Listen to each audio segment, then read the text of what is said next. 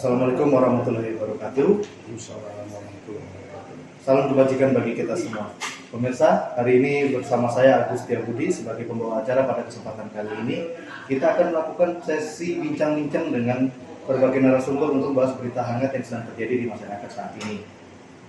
Mengenai tema kita pada kali ini, kita akan membahas mengenai pembangunan dari ibu kota negara baru, yaitu Nusantara. Sebelumnya, pada Undang-Undang Nomor 3 Tahun 2022, pemerintah menunjuk Provinsi Kalimantan Timur, tepatnya di Kabupaten Penajam Pasir Utara, sebagai wilayah yang dituju untuk pembangunan dari IKN Nusantara ini.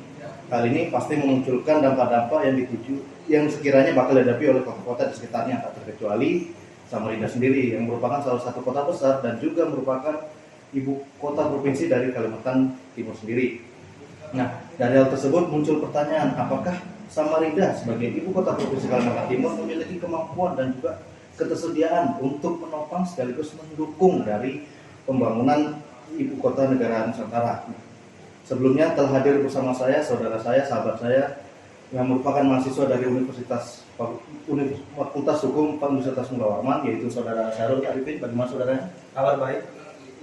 Dan juga telah hadir di tengah-tengah kita seorang narasumber yang merupakan ketua tim Wali Kota Akselerasi Pembangunan Kota Samarinda, Bapak Sapurin. Selamat datang Bapak, bagaimana kabarnya?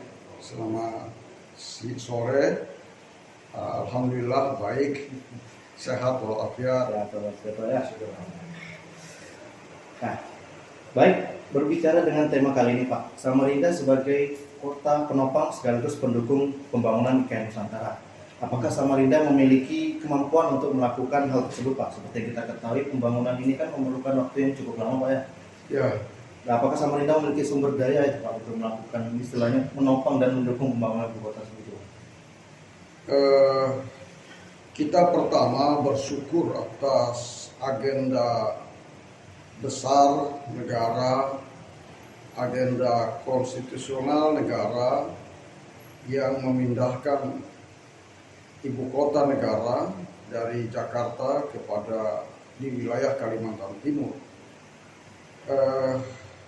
Ada filosofis atau pandangan yang cukup menarik di masyarakat bahwa selama ibu kota negara berada di Jakarta sebagai bagian dari Kepulauan Jawa, orang menyebutnya pembangunan di Jawa, di Jakarta itu sebagai pembangunan Jawa sentris.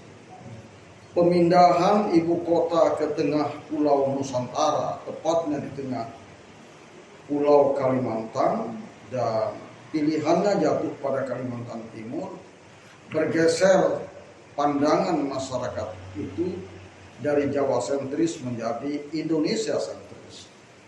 Membangun Indonesia dari tengah ke Pulau Nusantara tentu punya maksud dan tujuan adalah untuk menebarkan prinsip-prinsip keadilan dan pemerataan pembangunan. Itu prinsip dan motivasi dasarnya. Membangun Indonesia dari tengah kepulauan Nusantara tentu maksudnya dalam rangka untuk menebarkan prinsip-prinsip keadilan, pemerataan, proporsionalitas anggaran, pembangunan. Itulah prinsip utama dari perpindahan ibu kota negara ke tengah Pulau Nusantara. Harapannya tentu di ujungnya adalah untuk mengatasi keterisolasian, kesenjangan antara pembangunan ibu kota yang selama ini terjadi dengan seluruh wilayah di Indonesia. Ini prinsip dasarnya. Oleh karenanya, sebagai orang Kalimantan Timur, kita tentu menyambut baik. Mestinya sebagai bangsa Indonesia di seluruh dari Aceh sampai Papua menyambut baik ide pemindahan ibu kota ini. Nah, oleh karenanya saya kira Kalimantan Timur khususnya, apalagi Samarinda lebih khusus, tentu harus menyiapkan diri dalam rangka membantu proses percepatan pembangunan, memastikan adanya stabilitas politik, pembangunan bisa berjalan lancar karena tujuan baik jangka pendek maupun jangka panjangnya sangat baik bagi Indonesia. Kalau pertanyaannya apakah Kalimantan atau Samarinda siap dengan sumber daya manusianya, ya tentu kita sejak wacana pemindahan, lebih-lebih ketika diputuskan oleh DPR RI dengan Undang-Undang Nomor 3 tahun 2022 ya, tentang IKN, dipertajam dengan beberapa peraturan-peraturan lainnya, termasuk Perpres Nomor 62 tentang IKN. Tentu kita akan sedemikian rupa menyiapkan sumber daya manusia, sumber daya lainnya, agar apa yang menjadi kekhawatiran kita, jangan sampai warga Samarinda jadi penonton dari proses pembangunan. Inilah tantangan kita. Nah, oleh karenanya kita menyiapkan sedemikian rupa, menyiapkan diri, menyiapkan segala sesuatu faktor pendukung untuk kita bisa berpartisipasi dalam pembangunan IKN. Jadi kalau pertanyaannya seperti itu, mau tidak mau, siap tidak siap, kita harus menyiapkan diri. Oleh karenanya, untuk menyiapkan diri tentu kita koordinasinya lintas sektoral. Nah, misalnya soal SDM, menyiapkan tenaga kerja, kita harus melakukan koordinasi dengan Dinas Tenaga Kerja. Berapa jumlah tenaga kerja yang belum mendapatkan pekerjaan di Samarinda? Kita mendapat laporan ada sekitar 6.000 yang belum mendapatkan pekerjaan di sektor swasta misalnya. Nah, nanti kita kerjasama dengan lembaga sertifikasi, kita kerjasama dengan BLK, Balai Latihan Kerja. Nah, koordinasi lintas sektor ini menjadi penting dalam rangka mengantisipasi satu, tenaga kerja, yang kedua kebutuhan-kebutuhan lainnya seperti ketersediaan material pembangunan, batu,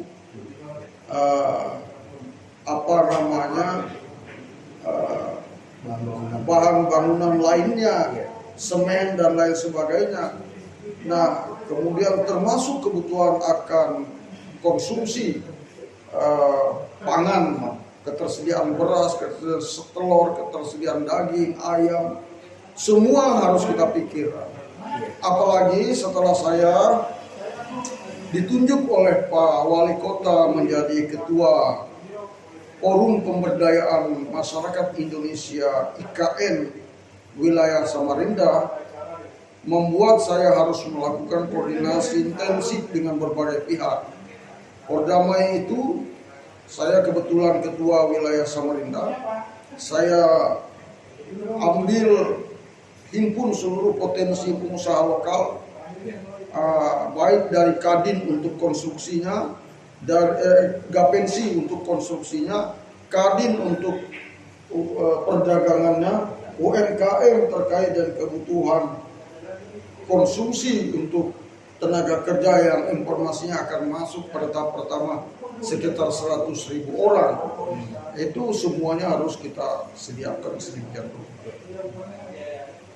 Ya, berarti istilahnya pemerintah Samarinda itu saling bekerja sama dengan yang lainnya tuh ya, untuk istilahnya dukung penopang dari pembangunan kayak tersebut ya.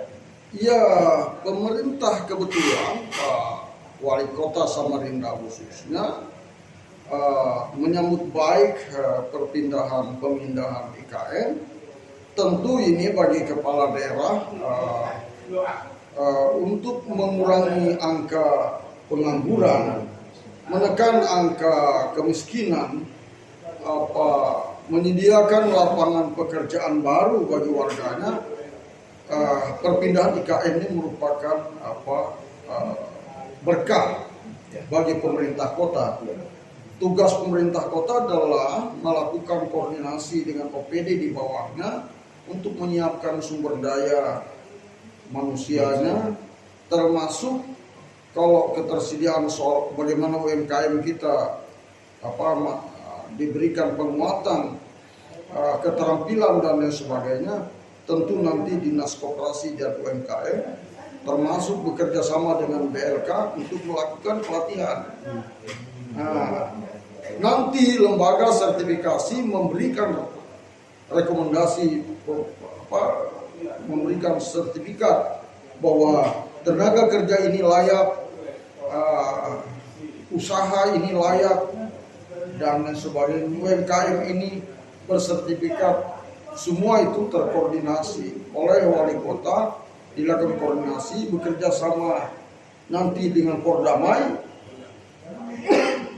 dan OPD-OPD terkait. Intinya kita menyiapkan. Nah, insya Allah minggu ini kita sudah melakukan pertemuan intensif dengan berbagai pihak. Pertama, melakukan inventarisasi terhadap seluruh potensi yang kita miliki, potensi sumber daya manusianya, perusahaan-perusahaan yang capable yang bisa masuk ke IKN, kemudian ketersediaan beras kita seperti apa, ketersediaan daging kita seperti apa, dan seterusnya, UMKM kita seperti apa. Ini harus kita inventarisasi sedemikian rupa. Insya Allah bulan 8 kami ada pertemuan rencananya dengan Kepala Badan Otorita IKN untuk kemudian kita meminta arahan, dan kita sudah menyiapkan segala sesuatu untuk kita sampaikan ke Kepala Badan Otorita bahwa Samarinda siap mensupport pembangunan IKN dan siap menyediakan sumber daya yang dibutuhkan oleh pembangunan IKN. Ya. Bagaimana dengan Pak, ada yang ditanggapi? Oke, terima kasih atas waktu kesempatannya. Menarik tadi Pak, yang sudah dipaparkan oleh Bapak terkait dengan kesiapan dari Kota Samarinda sendiri Pak untuk menyambut dan mempersiapkan diri melanggengkan istilahnya ibu kota negara baru kita ini Pak. Nah, kemudian mungkin banyak masyarakat luas belum terlalu paham Pak terkait dengan apa sih secara garis besar gitu Pak, secara garis besar fungsi dari kota penyangga itu sendiri Pak. Yang kita tahu kota penyangga itu ya memang banyak aspek yang harus dipersiapkan. Nah, tadi sudah disinggung beberapa terkait dengan pangan, terkait dengan beberapa infrastruktur dan SDM mungkin. Kemudian daripada itu ada apa saja Pak selain hal yang sudah saya sebutkan tadi yang sudah dijelaskan oleh Bapak tadi. Ya, penyangga itu kan maksudnya adalah posisi daerah yang pertama dekat dengan IKN. Iya. Secara geografis daerah penyangga itu ada Samarinda, ada Balikpapan, kan begitu. Iya. Nah, Ukar memang sebagian adalah wilayah Ukar, Iya. kemudian sebagian besarnya adalah wilayah PPU. Nah, penyangga ini adalah daerah yang diharapkan oleh Badan Otorita mensupport pembangunan, pemindahan dan pembangunan IKN. Nah, ini daerah-daerah terdekat inilah yang menyediakan sumber dayanya, seluruhnya menyamakan persepsi bahwa pemindahan IKN ini membawa kebaikan bagi Kalimantan Timur khususnya dan Indonesia pada umumnya, dan ini momentum bagi daerah untuk bersama-sama kita memberikan dukungan penuh terhadap pembangunan IKN. Tentu apa saja yang kita siapkan, seperti saya sampaikan di awal tadi, kita menyiapkan sumber daya manusia yang diperlukan oleh Badan Otorita IKN, yang diperlukan oleh perusahaan-perusahaan besar BUMN yang masuk ke IKN, dan tentu harus pula ditopang oleh perusahaan-perusahaan lokal. Nah, keberadaan perusahaan lokal, sumber daya lokal, masyarakat lokal ini diperkuat oleh Perpres nomor 62 tahun 2022 antara pasal 3 sampai pasal 12 menyebutkan bahwa pembangunan di IKN oleh perusahaan-perusahaan berskala besar di tingkat nasional seperti BUMN maupun multinasional, nanti mereka harus melibatkan perusahaan lokal. Nah, tentu karena kita di Samarinda, kita siapkanlah perusahaan-perusahaan lokal Samarinda. Sumber daya manusianya kita siapkan. Jika perlu pengamanan, security, kita sudah siapkan sumber daya manusia di bidang security. Misalnya, ini contoh ya. Di bidang cleaning service butuh batu, butuh pasir dan sebagainya. Kita juga siap di daerah ini. Nah, perusahaan-perusahaan yang ada di daerah nanti kita rekomendasikan untuk masuk ke IKN. Kebetulan sekali lagi saya sebagai ketua Pordamai, nanti organisasi ini yang memberikan rekomendasi, masukan bahwa Samarinda ada sekian perusahaan yang bergerak di bidang ini, dan mereka siap bersinergi, siap mensupport pembangunan IKN.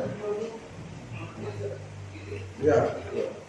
Menarik Pak ya, yang sudah disampaikan oleh Bapak tadi terkait dengan apa saja sih kota penyangga, yaitu salah satunya adalah kota Samarinda Pak ya.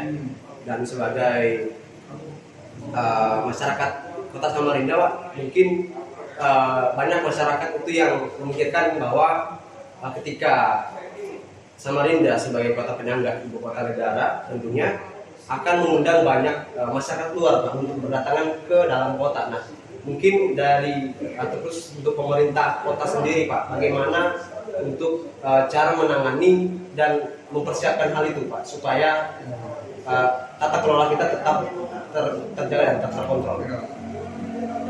Jadi orang datang ke Samarinda atau ke Kalimantan Timur itu tidak perlu diundang. Ya, dia datang dengan sendirinya. Ya betul. Jadi filosofis di mana ada gula di situ ada sesuatu, itu pasti dengan sendirinya. Ini tanpa kita sadari, hari-hari ini terus berdatangan.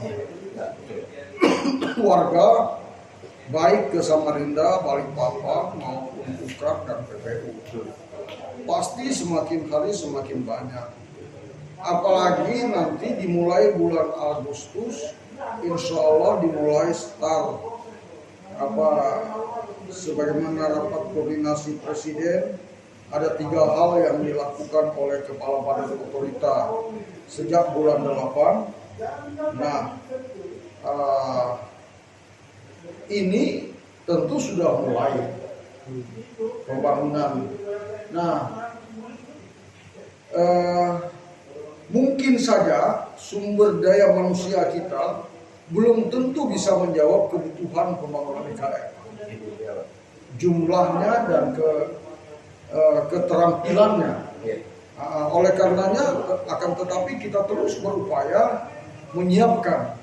Kita akan umumkan kepada seluruh warga Samarinda melalui camat dan lurah dan RT bahwa kita akan melaksanakan pelatihan A, pelatihan B. Silakan siapkan sumber dayanya. Nanti kita berkoordinasi dengan BLK, Dinas Tenaga Kerja dan lembaga sertifikasi.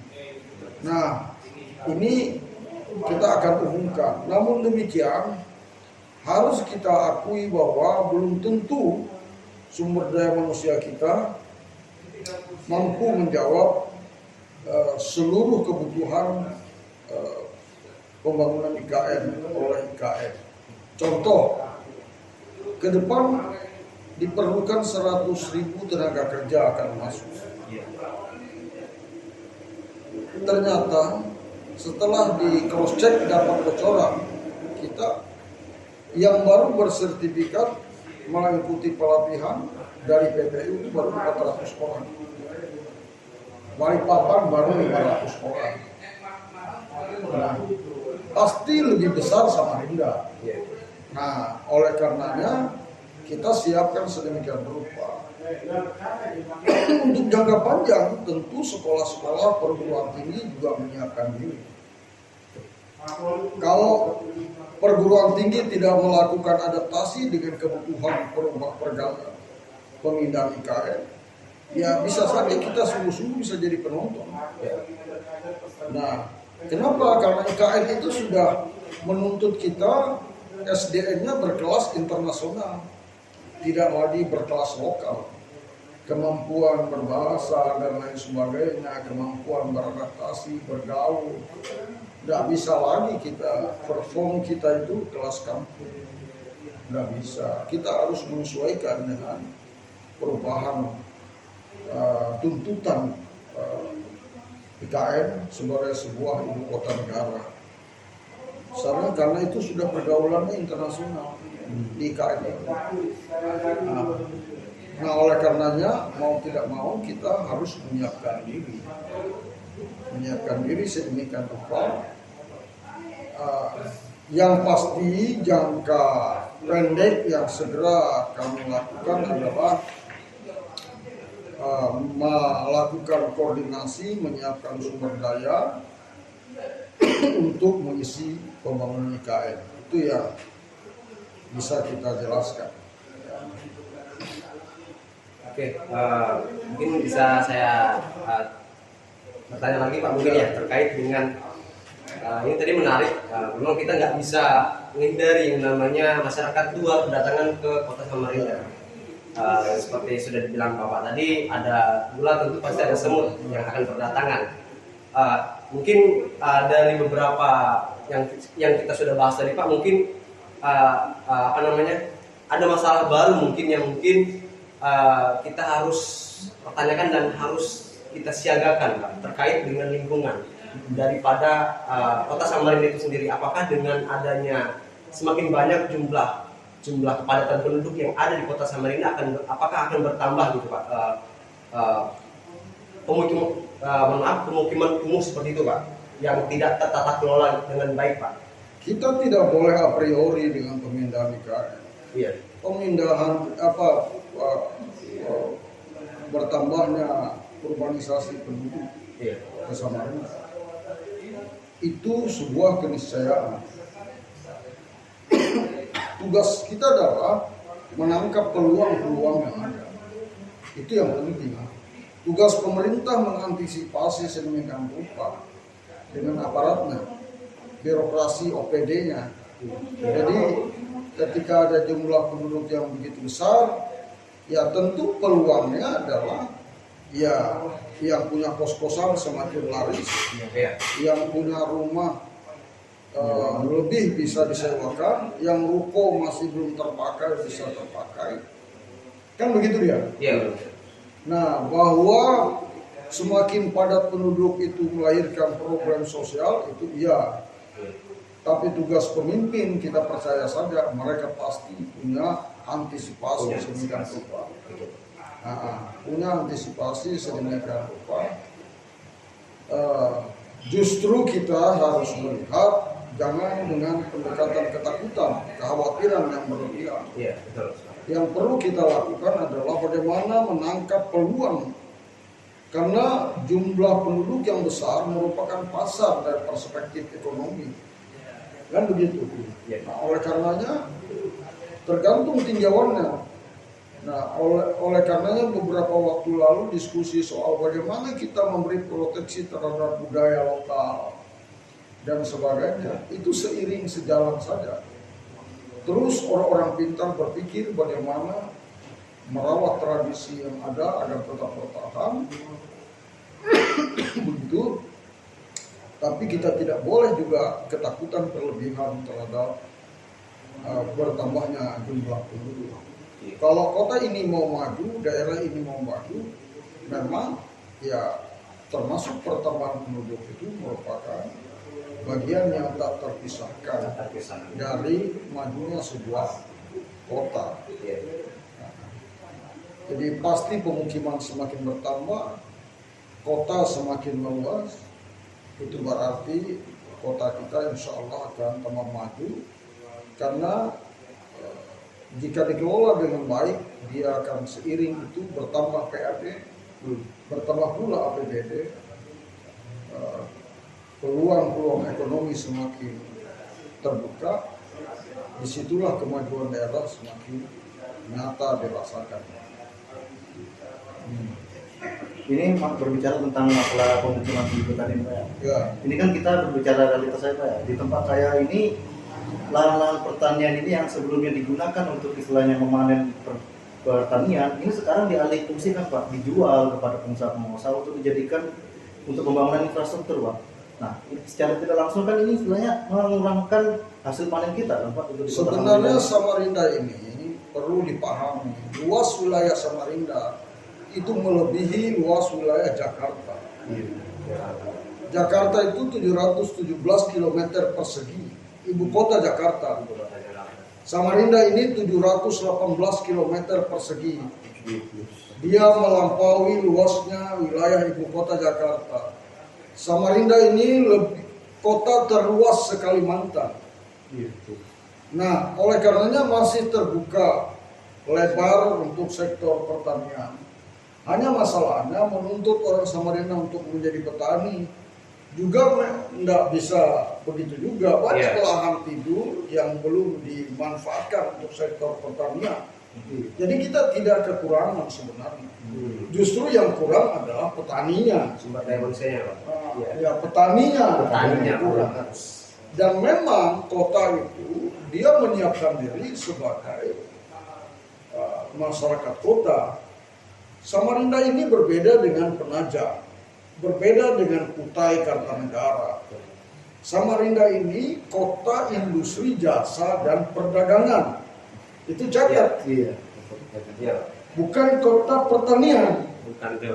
Nah, jadi oleh karenanya, karena ini kota ibu kota provinsi, menggunakan pilihan pendekatan industri jasa dan perdagangan, maka pikiran kepala daerah dan seluruh aparat adalah bagaimana tiga hal itu bisa mengambil peran yang besar di kota Samarinda.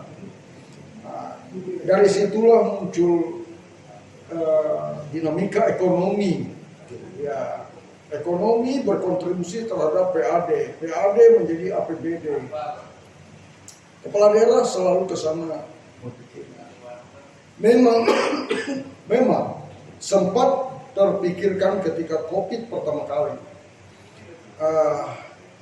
Beras kita ini dari awal sumbernya dari Sulawesi dan Jawa Timur. Beras kita ini sampai ke Tanah Hulu itu buka beli aja karung beras itu mereknya dari mana? Kan begitu. Pulau. Nah, itulah dia. Itu artinya memang Kalimantan Timur ini daerah perdagangan. Tetapi luas wilayah tetap kita memberi ruang untuk sektor pertanian terus kita dorong untuk mengambil peran. Pak Wali Kota walaupun dia wali kota dengan tiga pendekatan tadi, industri, jasa dan perdagangan, tetap juga beliau memberikan perhatian yang tinggi terhadap sektor pertanian ketahanan pangan. Minggu lalu kita datang ke daerah Lempake, tanggal berapa hari ke depan kita datang juga ke daerah Palaran dalam rangka untuk memberi penguatan untuk sektor pertanian.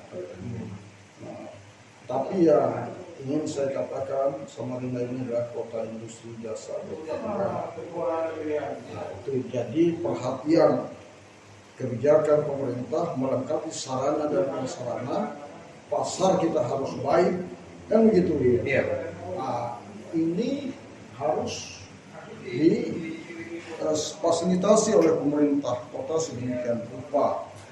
Jumlah penduduk Kalimantan Samarinda ini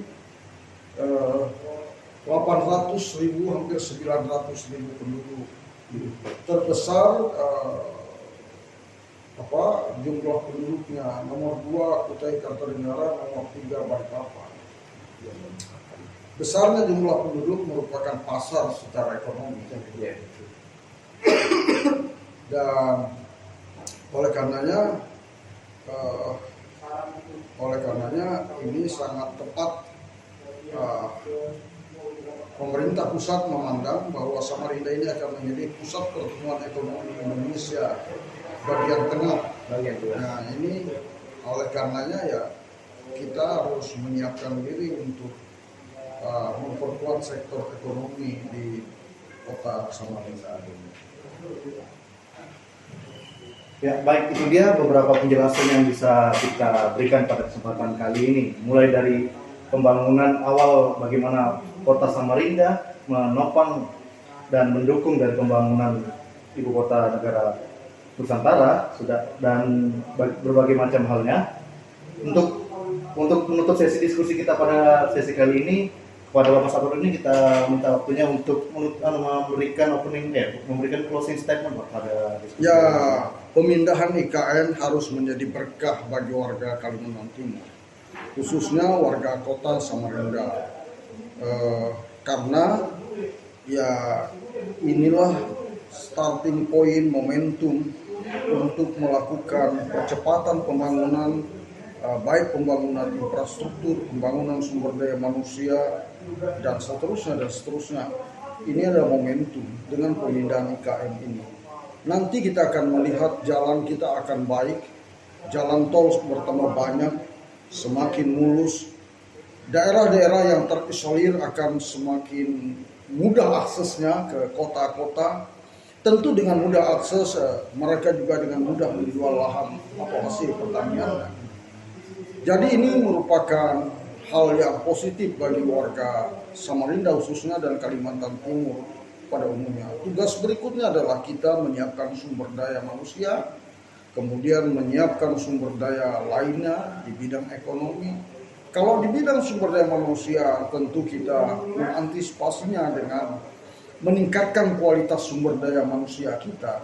Seluruh perguruan tinggi melakukan adaptasi terhadap pemindahan IKN ini dengan meningkatkan kualitas sumber daya manusia kita Kalimantan Timur. Nah, untuk kebutuhan melaksanakan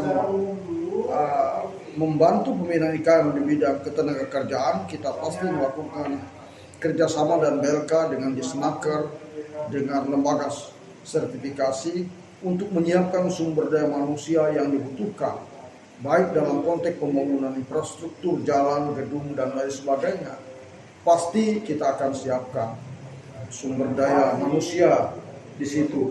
Yang berikutnya adalah kebutuhan untuk konsumsi, untuk pangan. Pasti kita juga akan menyiapkan sedemikian rupa. Jadi seluruh potensi daerah kita sediakan sedemikian rupa, pada waktunya akan kita berikan kita siapkan, kemudian kita rekomendasikan untuk bisa bekerja di IKN. Inilah langkah-langkah yang akan kita ambil kepada masyarakat Samarinda. Tentu mari kita sambut pemindahan IKN ini dengan semangat dan optimisme kita. Kita dukung agenda negara ini. Insya Allah percepatan pembangunan untuk Kalimantan Timur akan semakin kita rasakan di masa-masa yang akan datang. Tidak saja maju bagi Kalimantan Timur, tapi pemindahan IKN ke tengah Pulau Nusantara adalah memajukan Indonesia. Barangkali itu. Baik, itu dia sisi diskusi kita pada kesempatan kali ini. Dengan berakhirnya diskusi kita, saya ucapkan terima kasih kepada semua pihak yang telah membantu pada diskusi kali ini. Kepada Bung Syarul dan Bapak Safarudin, saya ucapkan terima kasih dan mohon maaf apabila ada salah kata. Dengan ini saya tutup. Wabillahi taufiq wal hidayah. Wassalamualaikum warahmatullahi wabarakatuh. Salam. Terima kasih banyak Pak. Ya. Bisa diminum Pak.